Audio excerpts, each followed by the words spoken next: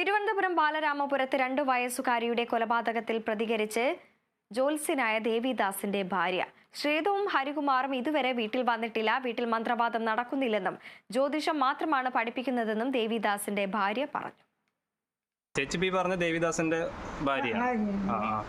അപ്പൊ അവരിപ്പോ കസ്റ്റഡിയിൽ കൊണ്ടുപോയിരിക്കുകയാണല്ലോ, അതെന്തിനാണെന്ന് അറിയോ? അത് ഒരു പയ്യനെന്തിനും 30 ലക്ഷം രൂപ സാറ് കൊടുക്കണം. സാറ് കൊടുക്കാനൊന്നുമില്ല, അവൻ കൊടുക്കാനുണ്ടെന്നും പറഞ്ഞാണ് പരാതി കൊടുത്തേക്കുന്നത്. അവന് 1 രൂപ കൊടുക്കാനുമില്ല. എൻ്റെ ഈ ദേവത 2 നേരം വിളക്ക് എത്തിക്കണം. എനിക്ക് അവരെ ഒരു ഞാനിപ്പോൾ ആ സ്റ്റേഷനിലോ കൊച്ചിൻ്റെ അടുത്ത് കേട്ടല്ലോ, എന്നെ മോക്കറിയും.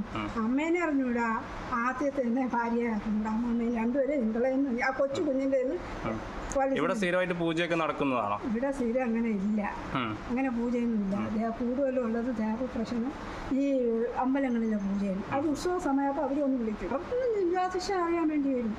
അത് എന്നും ഇല്ല, അങ്ങനെ ഒന്നും ഇവിടെ ആളെല്ലാം പറഞ്ഞു കൊടുക്കണം. ഇവിടെ മാന്ത്രികവും മന്ത്രവാദം പഠിപ്പിക്കുന്നുണ്ട്. ഒന്നും പഠിപ്പിക്കില്ല. അപ്പം ഈ ഒന്നും അറിഞ്ഞില്ല. സാറിന് ഫോൺ കൊണ്ടുവന്നപ്പോൾ പറഞ്ഞു എന്തൊരു പൈസ കേസാണ്. ആദ്യം ഒരു SI ആണെന്ന് പറഞ്ഞു. പൈസ കേസിനാണ്